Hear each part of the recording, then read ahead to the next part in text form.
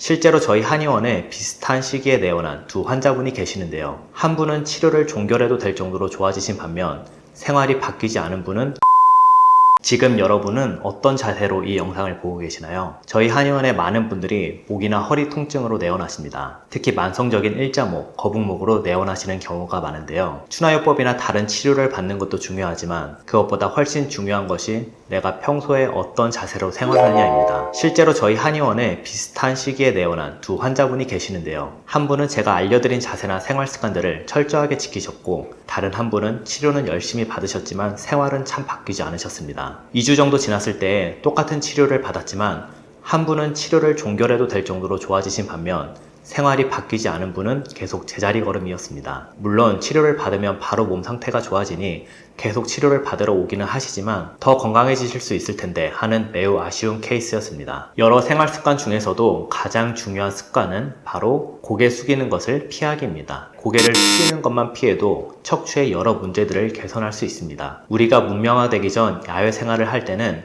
고개를 숙일 일도 있었지만 멀리 보고 높이 보는 등 고개를 들 일도 있었습니다. 하지만 현대에는 어떤가요? 대부분의 생활을 실내에서 하다 보니 고개를 들 일이 없습니다. 심지어 밖을 걸어 다니면서도 요즘에는 스마트폰을 보면서 고개를 숙입니다. 여기에 평소에도 컴퓨터, 스마트폰, 책 등 고개를 숙일 일들만 있다 보니 대부분이 일자목, 거북목으로 고생하시는 것입니다. 그러므로 현대에는 고개를 숙이는 것이 병이고 고개를 드는 것이 약이라고 생각하시면 됩니다. 고개를 들려면 먼저 시선을 들어야 합니다. 예를 들면 스마트폰을 사용할 때는 눈높이까지는 스마트폰을 들고 사용하는 것이 좋습니다. 물론 이 자세도 오래 하고 있으면 다른 근육들이 무리가 되지만 밑으로 고개를 숙이고 사용하는 것보다는 훨씬 건강한 자세입니다. 만약 장시간 폰을 사용한다면 거치대를 사용하는 것을 추천드립니다. 모니터나 TV, 독서대 등도 마찬가지입니다. 모니터 암이나 받침대 등을 사용하여 최소한 눈높이만큼은 높여야 목이 그나마 펴집니다. 이 외에도 내가 생활에서 언제 고개를 숙이고 있는지 스스로 찾아봐야 합니다. 환자분들 개개인이 생활 환경도 다르고 습관도 다르기 때문에 각자 생활하면서 고개를 숙이는 순간들을 찾아서 고쳐야 합니다. 어떤 분은 공부를 할 때 고개를 숙이고 필기하실 수도 있고 어떤 분은 머리를 감을 때 앞으로 고개를 숙이고 머리를 감는 경우도 있습니다.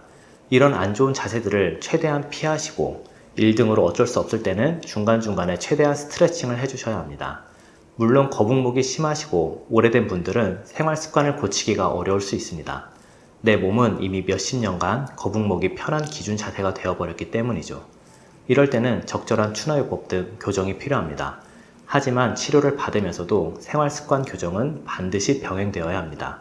그래서 저 같은 경우 치료하는 시간만큼이나 환자분들에게 자세나 습관 등을 교육하는 데 시간을 쏟고 있습니다. 오늘 영상을 보신 여러분들도 꼭 고개 숙이는 자세를 피하시고 시선이 닿는 모든 것을 높이면서 척추 건강을 되찾으시길 바랍니다.